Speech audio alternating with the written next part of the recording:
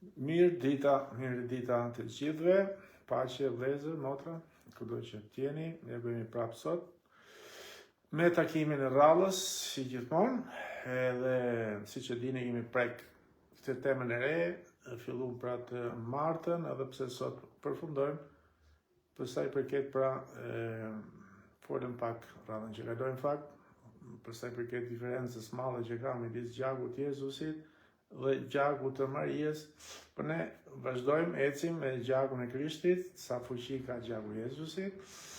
Amen. Edhe bëjmë lutje si gjithmonë, që mos thumi mas kohën, edhe t'i japim misardhjes frymës shenjtë që t'na udhëheqi në këtë mesazh që t'jetë pikërisht fryma pra që t'na flasi. Amen, bëjmë lutje, aleluja, atë Perëndi, ja ku jemi, o Zoti i Madh, prapë sot tu bashkë të falënderojmë si gjithmonë. Falënderojmë ty, Perëndi i përjetshëm, që ke vendosur përjetësinë në zemrat tona, që ke përgatitur, Zoti i Madh, ato banesa të mrekullueshme. Të falënderojmë atë, ne që s'meritoshim asgjë, por kjo është dashuria jote, ky është hiri jot i mrekullueshëm, o Zoti i Madh. Të falënderojmë për këtë mundësi që më jep dhe sot, për këtë ditë, për këtë kohë, për këtë orë që t'jem këtu, jap misardhjes ngushëlluesit, frymës shenjtë që t'na mbulojë, që t'na udhëheqi në këtë mesazh, jo vetëm o Zot, por edhe ato që ta dëgjojnë o Perëndi, ta zejnë, ta marrin, Perëndi, ta kuptojnë, po ndu që ti ta shoqërosh te fjalë o Zot me fuqi o Zot i Madh, me shenjë, me mrekulli, sepse fjala jote ka fuqi o Zot i Madh. Dhe ne e dim, dhe falënderojmë për çdo zbulesë që na jep, Perëndi. Je ti o Zot që flet, je ti që flet në mënyrë të mrekullueshme. Kush jemi ne o Zot i Madh që të prekim këtë fjalë, qofse ti vetë nuk jemi ne o Zot i Madh. Dhe falënderojmë që na zgjodhe neve o Zot i Madh, ti jemi ne ato veglat në dorën tënde o Perëndi. Të na bekosh gjithë vëllezërit e motrat që po shikojnë, ti prekësh, ti shërosh, ti çlirosh o Perëndi në emër të Krishtit, sepse dim që gjaku Krishtit ka fuqi o Perëndi, aq sa dhe bën që të marrim o Zot i Madh çdo çlirim, çdo gjë o Zot që na përket. Falenderojmë atë për gjakun e Krishtit. Falenderojmë o Zot për frymën e shenjtë, falenderojmë për fjalën. Po të falenderojmë edhe për ushtrinë qiellore, për engjëjt o Zot që i kemi rreth e qark nesh, që ti ke vendosur o Perëndi. Ne kemi qiellin me vete, ne kemi Perëndin universit që është me ne, dhe kur ti je me ne, kush mund t'jetë kundër nesh? Në emër të Krishtit Jezus, falenderoj o Zot i Madh për çdo besnik ri që ti e përtërin për ditë ndaj nesh, o Zot. Aq shumë na don, aq shumë jemi të çmuar në sytë tuaj. Bekoj këtë fjalë, bekoj mua, bekoj të gjithë vëllezërit e motrat, në emër të Krishtit Jezus që bekuj qoftë gjithë jetën e vet. Amen. Okej.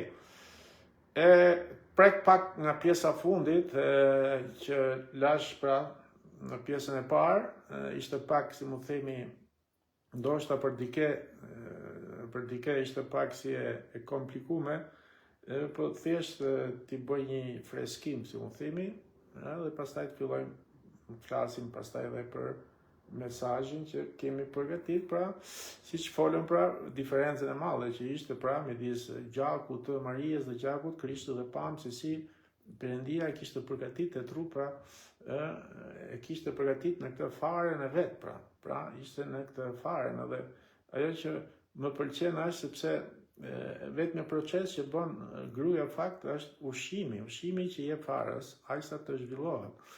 Po më pëlqeu ajo sepse më erdhi mend, sot më erdhi fakt, se si Perëndia e kishte veçuar popullin e Izraelit, edhe në shumë gjëra, në mënyrën se si do t'i shërbeshin, në mënyrën e jetës, se si ato do t'u sillshin nga ana morale, për ligjet, po mbi gjithë dhe për ushqimet, siç e dim, jo vetëm dhe për festat, por edhe për ushqimet, edhe i konsideronte të pastra disa ushqime dhe të papastra të tjerat. Dhe se si populli i Izraelit do të hante vetëm ushqimin e pastër, të konsideruar të pastër. Pse kjo? Deri në ardhen e Krishtit, sepse vetë Maria do të ushqente me këtë ushqim të pastër, dhe fal ti ushqimit pastër që kjo do merrte, ti jepte ushqim farës që ishte në barkun e saj që ishte i pastër. Pra edhe ushqimi që fara mori në barkun e Marias ishte i pastër, sepse ushqimet që hashin atë kohë izraelitët ishin pastër. Në fakt, kur Jezusi pastaj e mori në dorë shërbesën dhe siç e dim pra i bëri të gjithë të pastra. Pse? Si ishte më nevoja që do të hashin vetëm ushqimet e pastra. Mund të hashin edhe pa pastra sepse ai që do vinte erdhi. Dhe erdhi i pastër. Erdhi dhe doli nga i barku i pastër, i paprekur edhe i pa mëkat, sepse siç e dim që vetë gjaku ishte edhe përfshirë pra në farën që erdhi nga zbriti nga lart. Kështu që ja pse Krishti pra doli i pa mëkat dhe i pastër, sepse gjithçka zbriti nga sipër dhe u shqyll me këtë ushqimin i pastër. Edhe më erdhi sot kjo gjë, lavdi Zot, jo pse pastaj Jezusi i konsideroi gjithë pastra, s'është më nevojë të që hani çfarë doni, pse erdha.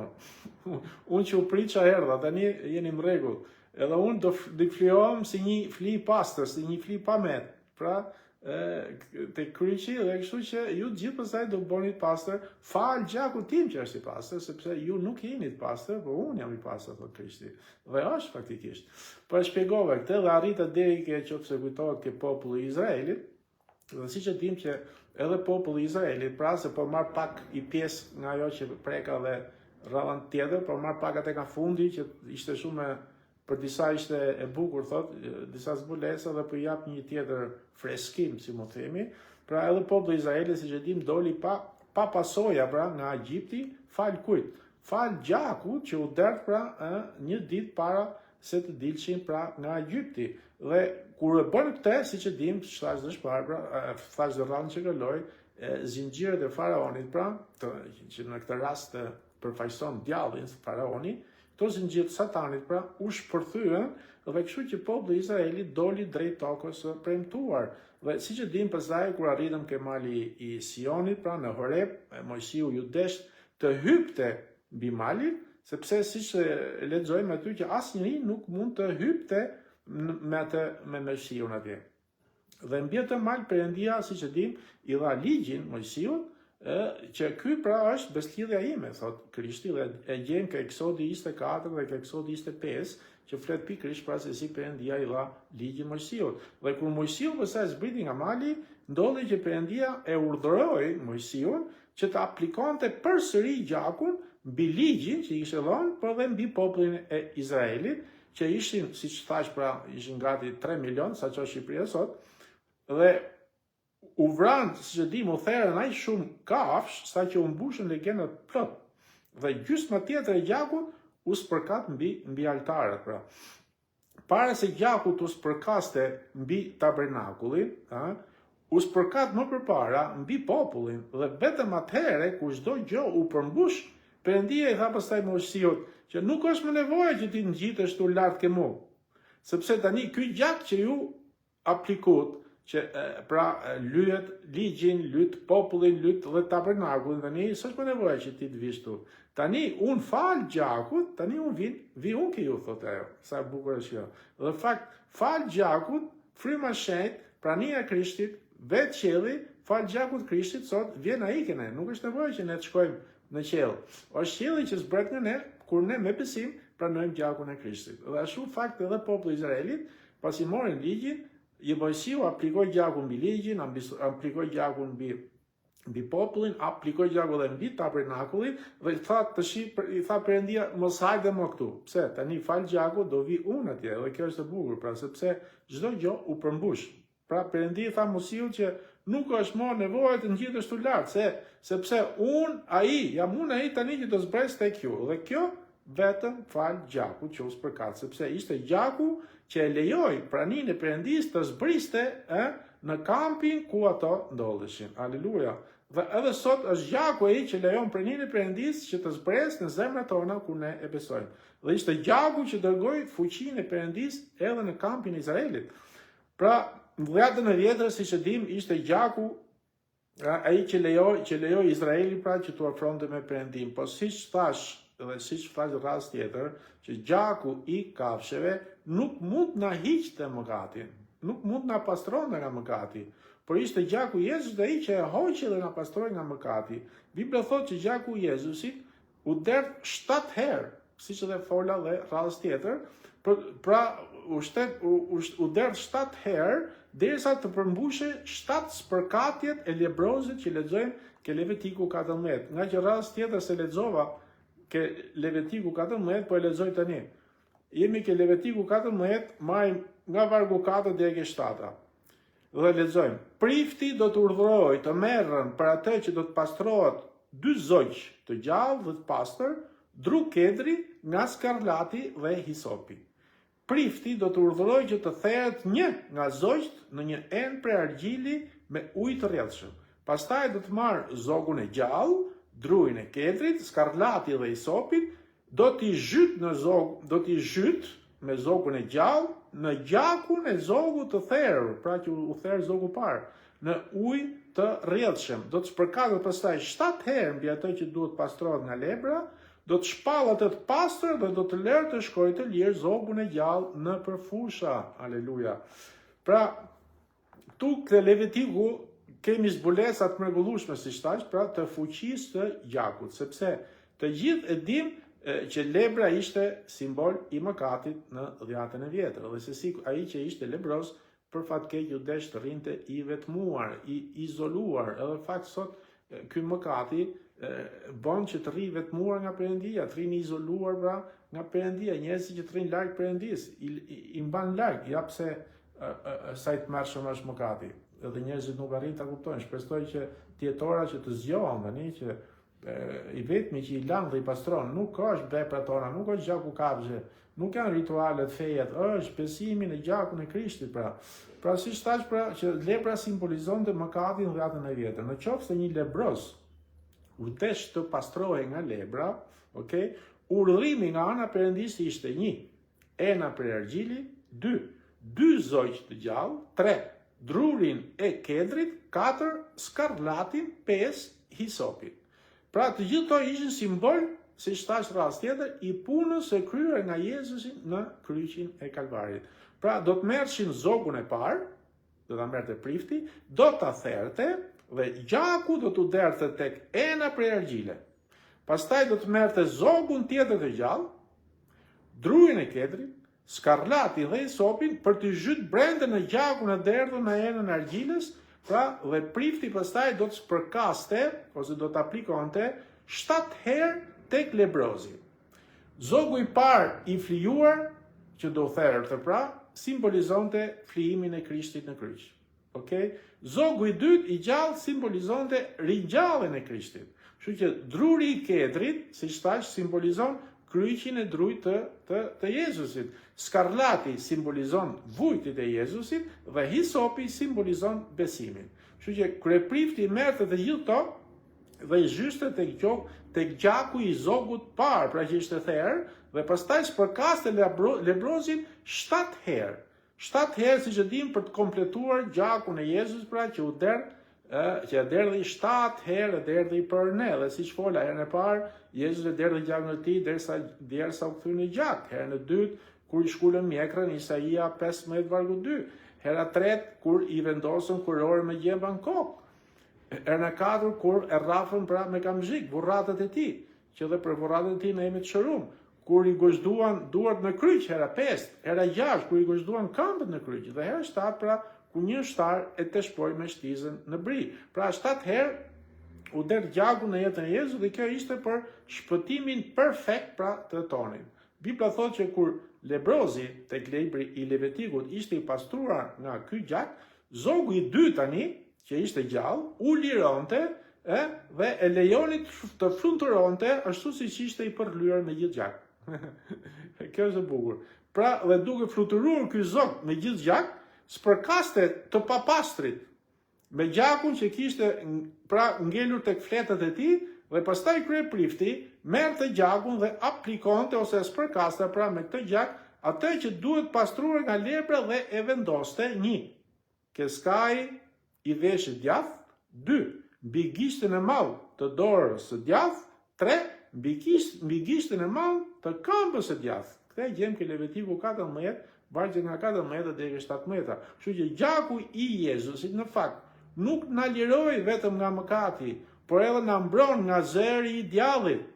Sepse në fakt gjaku që u vendoste skaj i veshit të djath simbolizonte pikërisht mendjen tonë. Pra që ne kishim kujdes se çfarë të dalloshim mirë zërin e djallit. Pastaj gjaku vendoset te gishti i dorës së djath, dhe kjo simbolizon veprat tona, por që i kreu Jezusi në kryq veprat tona, nuk është më nevoja, dhe në fakt në vetëm sa na duhet besojmë tek ajo që ai kreu në kryq, dhe të lëvizim tani me çfarë? Me këmbët që simbolizon nga gjaku që u vendos te gishti i madh i këmbës. Ku ne duhet lëvizim drejt asaj pra që ai kreu në kryq, duhet lëvizim ne. Pra të shejtrohemi dita ditës. Kjo do të thotë që Jezusi nuk na liroi vetëm nga mëkati, por na mbron nga zëri i djallit, nga veprat tona dhe na jep forcë të ecim drejt fitores, të ecim drejt asaj pra që ai na komandon dhe të arrijmë në qiell në atë maturimin e plot, dhe kjo vetëm fal gjakut të Jezusit. Tani kjo ishte ajo që thash në rast tjetër, tani hym ke mesazhi rradhës, pra edhe pse siç e dim Jobi, miku im, e quaj miku im Jobi, e kuptoi këtë aplikim, këtë spërkatje gjaku, këtë derdhje gjaku pra, edhe çdo ditë ky aplikonte gjakun për fëmijët e tij, për familjen, do të shikojmë sot. Ke Jobi kapitulli i parë, po marr 2 vargje, vargun 5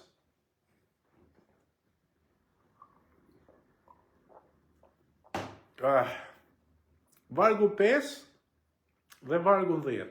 Pra Jobi kapitulli i parë, vargu 5 dhe vargu 10. Lexojmë. Ke vargu 5. Kur mbaronte seria e ditëve të banketit, Jobi i thërriste për t'i pastruar. Ngrihej herët në mëngjes dhe ofronte holokaust sipas numrit të gjitha tyre, sepse Jobi mendonte: dofta mbi mi kanë mëkatuar dhe kanë blasfemuar Perëndin në zemrën e tyre. Kështu bënte Jobi çdo herë. Ke vargu 10. A nuk ke vënë ti një mbrojtje rreth ti, rreth shtëpisë së ti, dhe të gjithë gjërave që ai zotron? Ti ke bekuar veprën e durave të ti, dhe bagtia ti është të shtuar shumë në vend.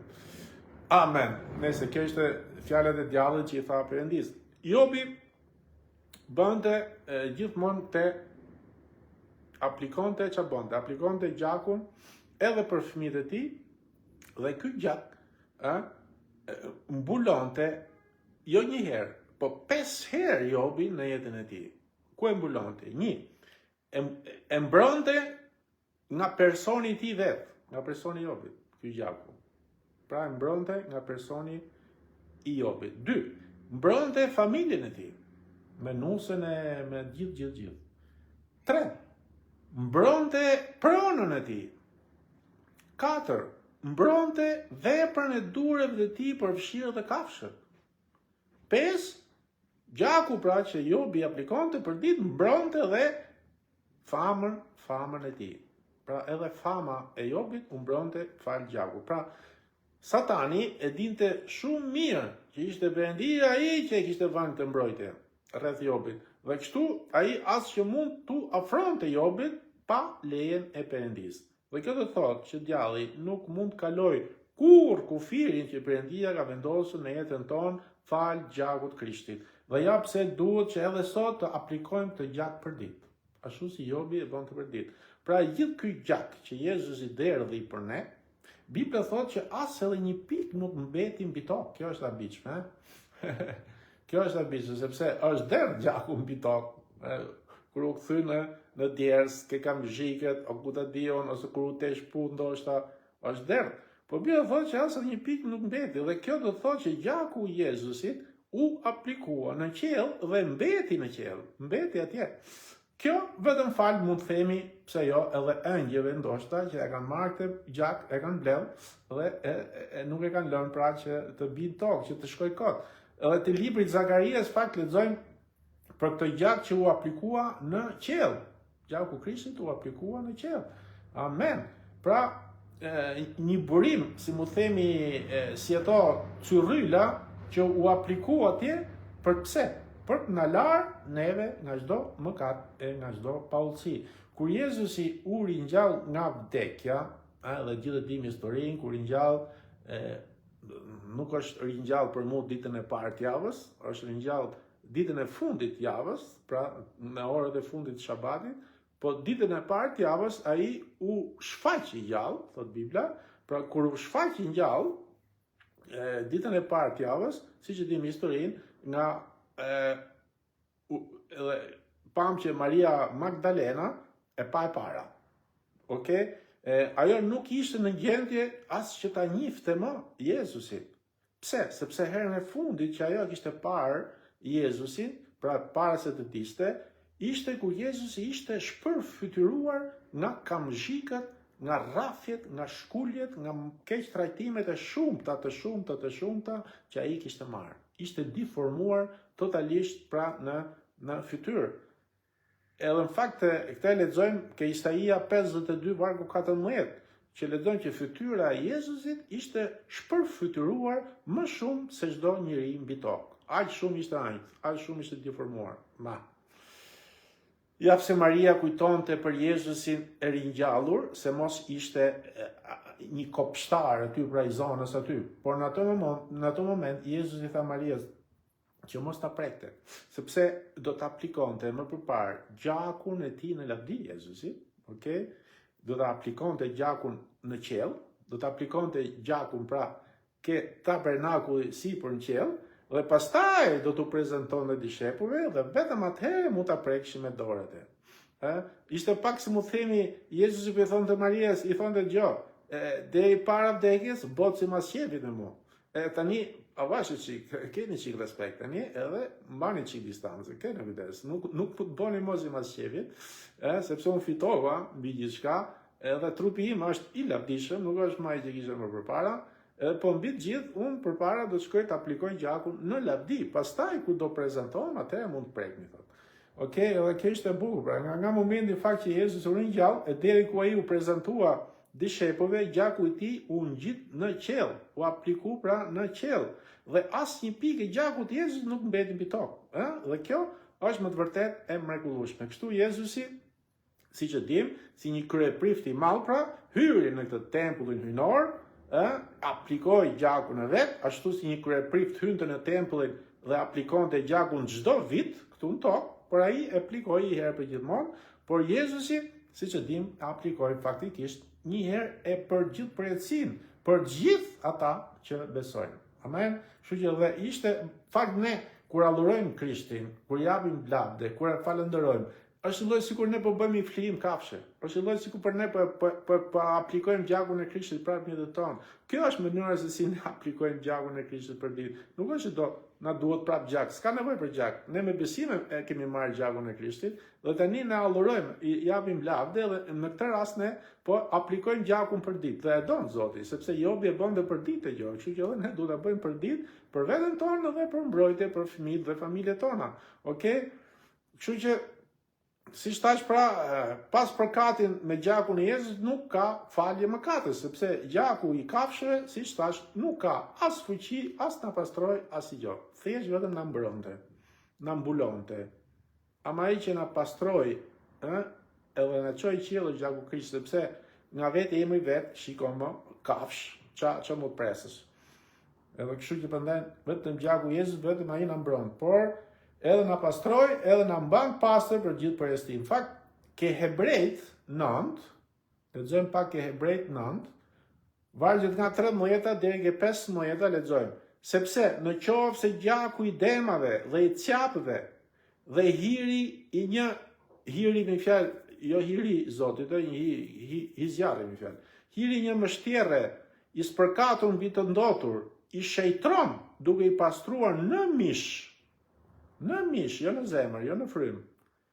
Aq më shumë gjaku i Krishtit, i cili me anë të frymës së shenjtë e dha veten e tij të papërlyer, pa mëkat pra, shikojmë që Jezusi është pa mëkat, nga asnjë faj ndaj Perëndis, do të pastrojë ndërgjegjen tuaj nga veprat e vdekura për t'i shërbyer Perëndisë së gjallë.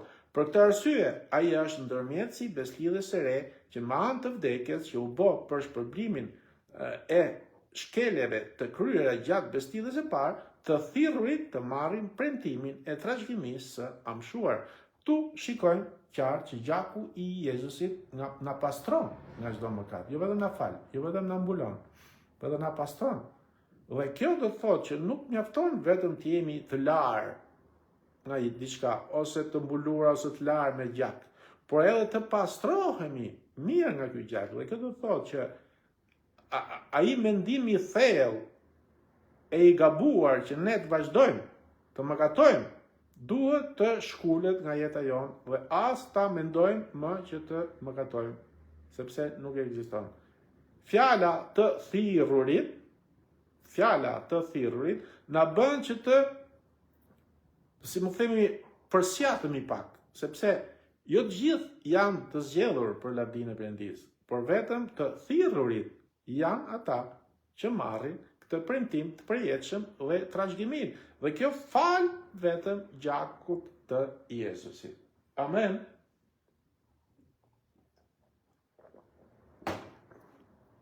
Në fakt ke Hebrejt 13, lexojmë vargje tjera. Çfarë lexojmë ke Hebrejt 9? Tani lexojmë Hebrejt 13, vargje 20-21 lexojmë. Dhe Perëndia e paqes, që ngriti nga të vdekurit, në anë të gjakut të beslidhjes së amshuar, birin e mallë të dhënëve, Perëndin ton Jezu Krishtin. Ju bof të përsosur për çdo vepër të mirë, që të kryeni vullnetin e tij, duke punuar te ju atë që është të pëlqyer para tij, me anë të Jezu Krishtit, të cilit i qoftë lavdi në shekujt shekujve. Amen. Tu shikojmë qartë që Jezusi u ringjall nga të vdekurit, fal kujt? Fal gjakut të tij të derdhur, fal gjakut të tij të pastër, fal gjakut të tij të pamëkat. Dhe jap se fryma e shenjtë zbriti në ditën e rrëshajave, sepse gjaku i Jezusit ishte aplikuar në lavdi. Ky është motivi pse fryma e shenjtë erdhi në ditën e rrëshajave. Edhe në dhjetën e vjetë lexuam pasi kryeprifti vendoste gjak te skaji i veshit të lebrozit, te gishti i malli dorës dhe ke gishti i malli këmbës, atëherë u derdhte dhe vaj mbi lebrozin. U derdhte vaj si mbas tyre 3 aplikimeve, kryeprifti do derdhte dhe vaj. Pra përpara gjaku, pastaj vaj mbi lebrozin dhe vaji që ishte simbol i vajosjes së frymës shenjtë. Kjo do thotë që ai që ishte lebroz, ose më themi ish lebrozi, ish mëkatari, mbasi ishte apliku ky gjaku dhe u vajos, sepse gjaku bën frymën, por mos harrojmë, fryma i përgjigjet gjakut, jo mëkatit, jo botës. Jetohet për Krishtin, nuk jetohet më për botën. Kështu që vërtet që gjaku bën frymën, po edhe fryma duhet i përgjigjet gjakut. Kjo është tani pyetja. Ti ke marrë gjakun, aleluja, apo i përgjigjesh tani?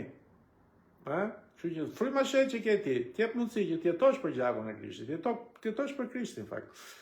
Ke letra parë e Gjonit, kapitulli 5, vargjet nga 6 deri te 8 lexojmë. Ky është ai që erdhi me anë të ujit e gjakut, Jezu Krishti, jo vetëm me anë të ujit, por me anë të ujit e me anë të gjakut. Dhe fryma është ai që dëshmon, sepse fryma është e vërteta. Sepse 3 janë ata që dëshmojnë në qiell, Ati, Fjala dhe fryma e shenjtë, dhe këto 3 janë një. Dhe 3 janë ata që dëshmojnë mbillë, fryma, uji dhe gjaku, dhe këto 3 janë të një mendimi. Tu shikojmë qartë që fryma e shenjtë i përgjigjet gjakut. Sepse aty ku ka gjak, ka dhe frymë. Gjaku bën frymën, ama fryma duhet i përgjigjet gjakut. Dhe ke Hebrejt 9, vargjet 16-17 lexojmë, sepse atje ku ka një testament, do të ketë me domos dhe vdekjen e trashëgimlënësit. Sepse testamenti është i vlefshëm vetëm pas vdekjes, sepse nuk ka kurfar fuqie derisa trashëgimlënësi ende rron. Atëherë, kjo është ajo që ndodhi 2000 vite më përpara, më themi, ke kryqi. Okay? Sepse deri kur Krishti ishte gjallë, për ne nuk ishte asnjë fuqi gjaku i tij. Por tani që ai vdiq dhe u ringjall, ka fuqi në gjakun e Jezusit, sepse Bibla thotë që testamenti është i vlefshëm vetëm pas vdekjes, sepse përndryshe nuk ka asnjë efekt. Në qoftë se Jezusi do të thonte përpara këto fjalë, nuk do të kishin asnjë fuqi, sepse testamenti është i vlefshëm vetëm pasi trashëgimtari ka vdekur. Dhe ja pse Jezusi u desh të vdiste patjetër, të vdiste për ne, sepse vetëm kështu ne mund të merrim atë që ai na premtoi. Deri në jetën e përjetshme, na ka premtuar dhe jetën e përjetshme. Edhe sikur Pietri ose Gjoni, para se Jezus të vdiste, do të thoshin, pra do të thoni që të aplikonin gjakun e Jezusit, ajo nuk do të kishte asnjë vlerë përpara. Në fakt asnjë nga ato nuk ishte shpëtuar akoma, se shumë vetë thonë që dishepujt ishin shpëtuar. Asnjë s'ishte shpëtuar. Të gjithë u shpëtuan vetëm kur vdiq dhe u ringjall Krishti. Okej? Kështu që prandaj edhe sikur pra Pietri dhe Gjoni para se Jezusi të vdiste, do të thoshin që të aplikonin gjakun e Jezusit, ajo nuk do kishte asnjë lloj vlere. Edhe demonat nuk mund të dubonin, nuk mund të hiqshin. Nuk ishte asnjë lloj dëbim demonash, sepse testamenti nuk ishte i plepshëm. Por vetëm pas ringjalljes ata kishin këtë privilegj që të aplikonin gjakun e ta merrin autoritet mbi çdo demon ferri. Ashtu si edhe ne sot. Por të shenjtit të 10 vjetër nuk mund bëni këtë që ne bëjmë sot. Por këtë e dini ju, sepse ata spërkatin gjak kafshe me hisop. Por ne sot, të dashur vëllezër e motra, besimtarë kudo që jeni, deklarojmë me besim që kur ne thrasim gjakun e Jezusit, demonat zhduken, shfarosen, smundjet nuk janë më, errësira zhduket, lidhjet e djallëzuara zgjidhen, sepse ka fuqi të tërmërshme dhe të mrekullueshme në gjakun e gjallëruar të Jezusit, që është qingji i Perëndisë. Në fakt ke Hebrejt 9, vargjet 18 deri 20 lexojmë. Prandaj edhe beslidhja e parë nuk u vërtetua pa gjak, sepse kur ju shpall të gjitha urdhërimet sipas ligjit gjithë popullit nga Mojsiu, ky mori gjakun e viçave të cepeve bashkë me ujë, lesh të kuq dhe hisop, e spërkati librin dhe gjithë popullin. Atë pra që thash më përpara, para se Zoti pra të zbriste në tabernakull, të zbriste mes popullit, ju deshi Mojsiu të spërkaste me gjak, pra të spërkaste librin e ligjit, të spërkaste popullin e çdo gjë, tabernakullin e vet. Në fakt i vargu 20 thot, duke thënë, ky është gjaku i beslidhjes që Perëndia urdhëroi për ju. Për fjalën tu urdhëroi, i referohet që ne jemi të ngarkuar ta bëjmë. Na është urdhëruar. Na duhet ta besojmë, na duhet ta aplikojmë. Asnjë angjëll i qiellit nuk ka këtë privilegj që të aplikoj gjakun e Jezusit. Por vetëm ne besimtarët e rilindur e kemi këtë privilegj. Dhe asnjë besimtar i çdo fe nuk e ka.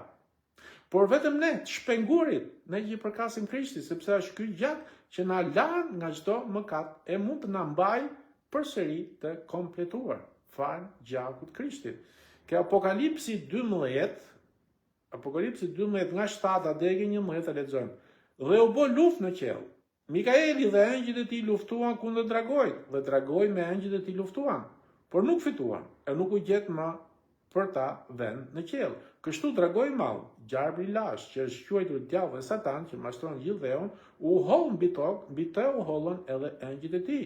Atëherë dëgjova një zë të madh në qiell që thoshte: Tani arriti shpëtimi, fuqia dhe mbretëria e Perëndisë tonë, dhe pushteti i Krishtit të tij, sepse u holl poshtë. Paditësi i vëllezërve tanë, ai që i padiste përpara Perëndisë tonë ditë e natë, dhe ata e fituan atë me anë të gjakut të qengjit, dhe me anë të fjalës së dëshmisë së tyre. Pra sa rëndësishme është të dëshmojmë për gjakun e Krishtit, por edhe për dëshminë të dëshmojmë. Të japim dëshmi, por edhe të ungjillizojmë me fjalë, dhe nuk u deshën jetën e tyre dhe nuk e deshën jetën e tyre deri në vdekje. Kush janë këto? Tu lexojmë ata. Pra, kush janë këto ata? Sepse nuk po thuhet për engjëllit që luftojnë kundra djallit, as për Mikaelin, sepse asnjë engjëll nuk mund të apelohet ose të thras gjakun e Krishtit, sepse ata nuk janë të shpenguar. Engjëllit nuk mund të shpengohen. Kur një engjëll mëkaton, ai nuk ka falje më.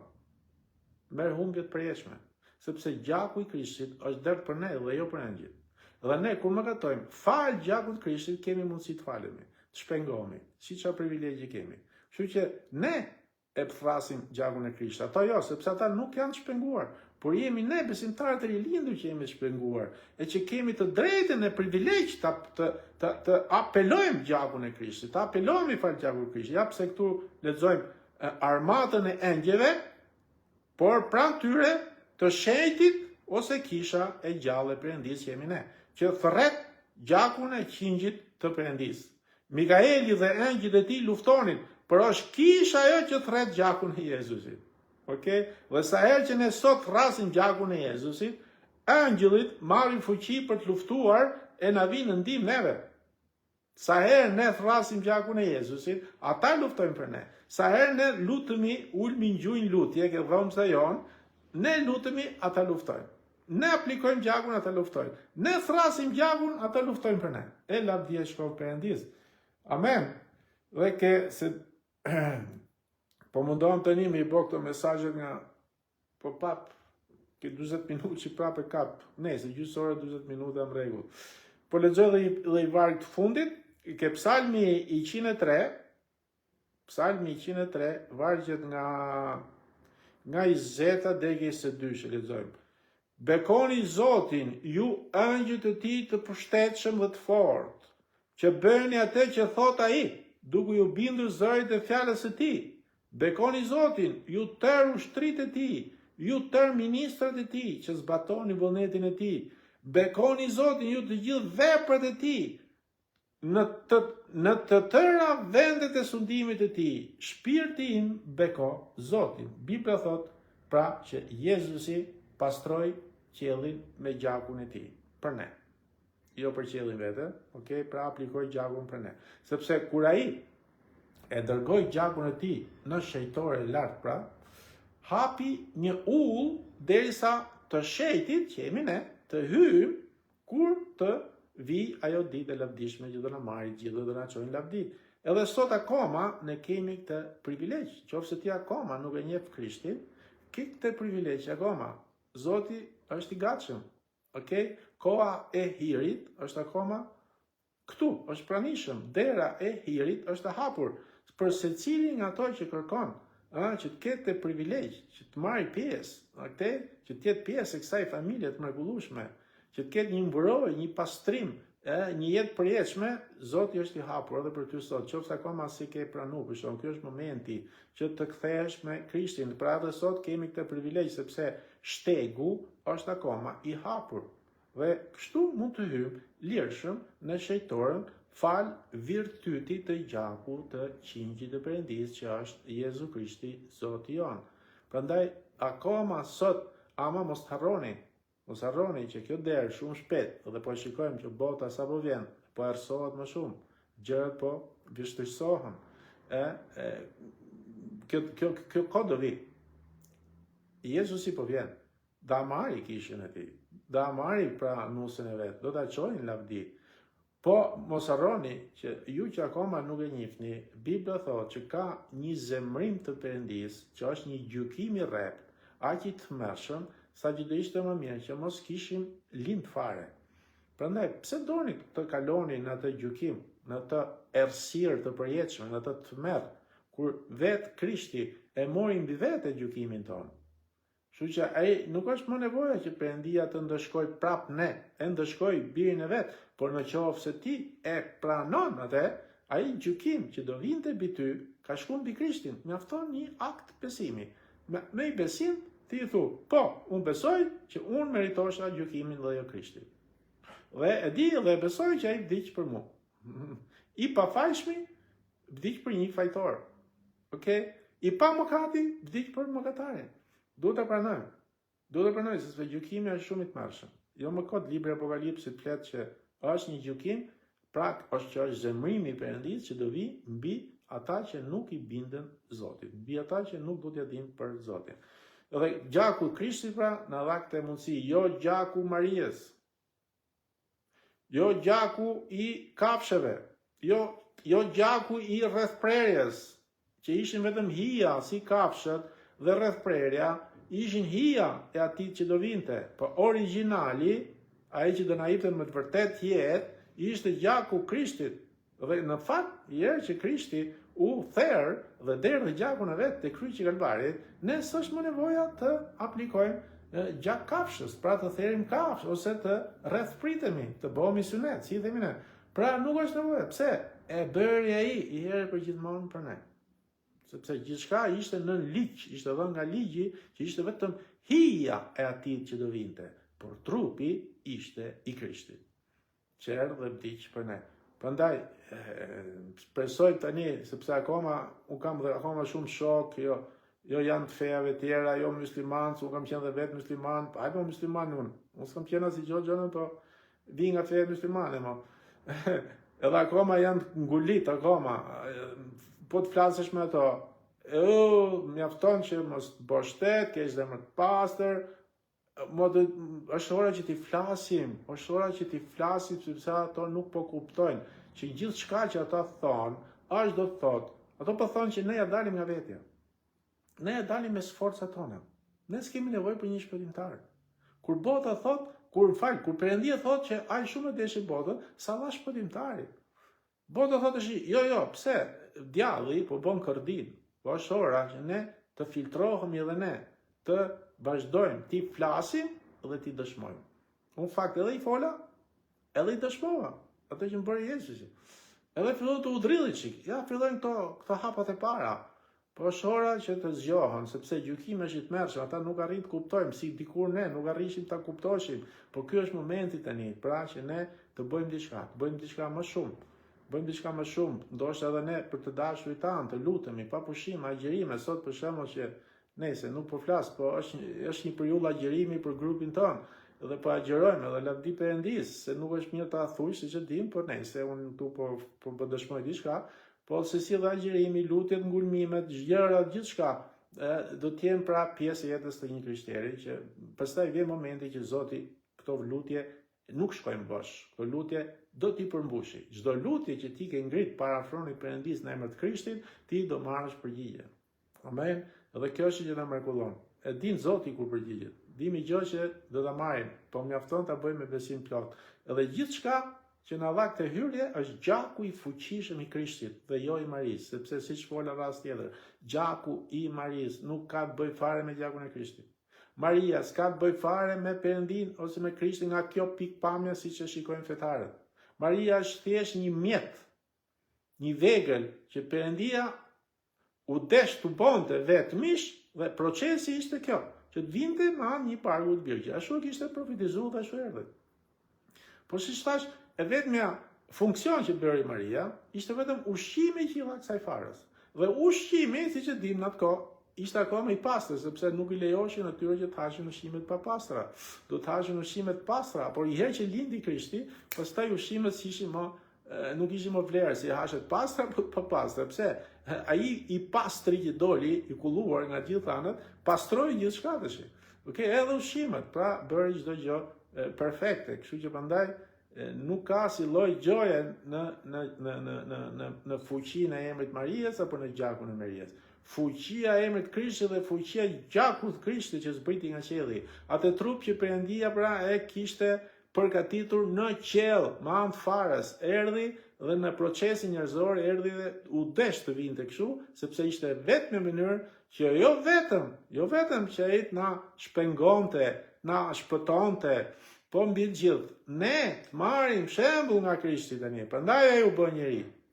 Sepse ishte biri i Perëndis, ishte Perëndia vetë, si më themi, sepse Triniteti tani ta shpjegosh prap, do flasim një ditë, do të marrim, më themi, shikojmë se si mund ta shpjegojmë pak më hollësi, më detaje, po e dim që Triniteti nuk është asnjëri, nuk mund ta japet edhe pse unë arrit kuptoj gjithë besimtarët që nuk kanë më dyshime që të tre janë Perëndi, të tre janë persona, po si kur Jezusi vjen e thot për shembull që ati është më i madh, ai këtu thot, shikon, ja, Jezusi është më i vogël. Po ne pra si thash, po do flasim për mishërimin, sepse kur të flas për Trinitetin, do të flas edhe për mishërimin e Krishtit, që ti kuptojmë më mirë gjërat, ti kuptojmë komplete, se përndryshe nuk i kuptojmë dot siç duhet.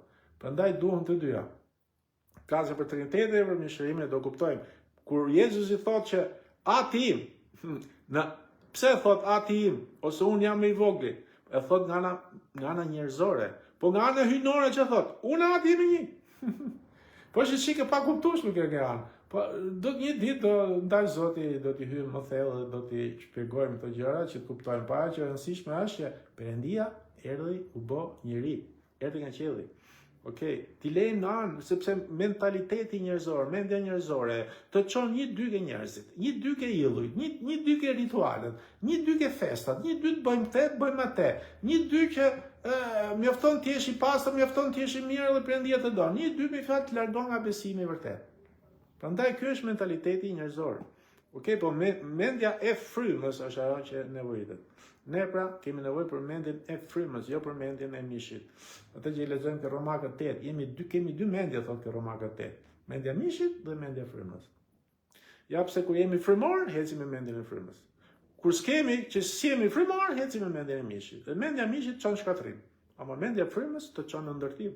Prandaj është ora që ne kemi nevojë për gjakun e Krishtit, ku marrim gjakun, marrim frymën e shenjtë, mendja jonë bëhet frymore sepse kemi frymën, dhe atëherë ne aplikojmë gjakun e Krishtit, pra i përgjigjet fryma gjakut. Dhe kështu gjërat ndryshojnë. Amen. Kështu që prandaj takohemi në një rast tjetër, javën tjetër nuk e di çfarë mesazhi Zoti do vim në zemër, po diçka do gjejmë, edhe kështu që lutuni ju për mua sepse nuk pëlqen akoma të t'i kthehem atyre mesazheve të fillimit, duket sikur është akoma herët. Se edhe pse këto video të rrinë të regjistruar dhe njerëzit i dëgjojnë, po ka mesazhe plot të tjera, sepse fryma e shenjtë lëviz Zoti po na flet, edhe pse më shumë përjetojmë, më shumë ne kalojmë bashkë, më shumë dëgjojmë nga tjerët, edhe gjërat edhe Zoti vet na punon, na zbulon gjëra të reja dhe kështu kemi, sepse edhe siç e dim Biblën u bën 2000 vite. Gjithë këto pastore në përbot, në për 2000 vite, akoma s'po arrin tot t'i japim një interpretim 100%. Pse? Sepse është fjala e Zotit. Dhe këtu kuptohet që Bibla është fjala e Perëndisë. Sepse po të ishte fjala e njeriu, ose ta keni shkruajtur një njeri, mjafton me lexuar një herë, dy herë edhe kupton çdo gjë. Ne kemi nga 2000 vite pastor të famshëm në vajosin e Perëndisë, dhe govë puna akoma s'po arrin tot t'i japim interpretim 100% Biblës. Pse? Sepse kuptohet që Bibla është fjala e Perëndisë dhe ne jemi njerëz të kufizuar, të limituar pra nga mendja jonë njerëzore. Edhe pse kemi frymën e shenjtë, po a diti që edhe pse ne kemi frymën e shenjtë, po sa mendja jonë njerëzore ka shumë fuqi akoma, Aq fuqi sa kur na ngulitë diçka qys vogli ose të rrit në besim që marr një dotrinë. Për shembull, kam pak vështirë të dalë, sepse fryma e shenjtë ndoshta don të punojë ke njëri, por ne si lejojmë të punojmë. Edhe ja pse fryma e shenjtë ngaherë nuk i zbulon gjithë gjërat, se jemi ne që se lejojmë. Jemi ngulitë që ndoshta është kështu dhe mjaft. Kur nuk e kërkojmë më të vërtetë ashtu siç duhet. Edhe ja pse Bibla gjithmonë sa vjen e na zbulohet. Po është Perëndia ai se përfundim që punon, siç e dim që Jezusi i Luka thotë që ishte ai që hapi mendjen për të kuptuar shkrimin. Kështu që nëse Jezusi nuk na hap mendjen neve, ne nuk kuptojmë. Po pyetja është, a i përket Jezusit? A e do Jezusin? Atëherë pranoje. Është ora dhe do shikoj se si ai do të ndryshojë jetën tënde, siç ndryshoi timën e të gjithëve neve që i përkasim atij. Zoti t'ju bekoj, shih në rast tjetër pra. Edhe ju falenderoj si gjithmonë për çdo koment, për çdo mbështetje, për çdo lutje, jeni të mrekullueshëm. Bekim e gjithëve, mirupafshim.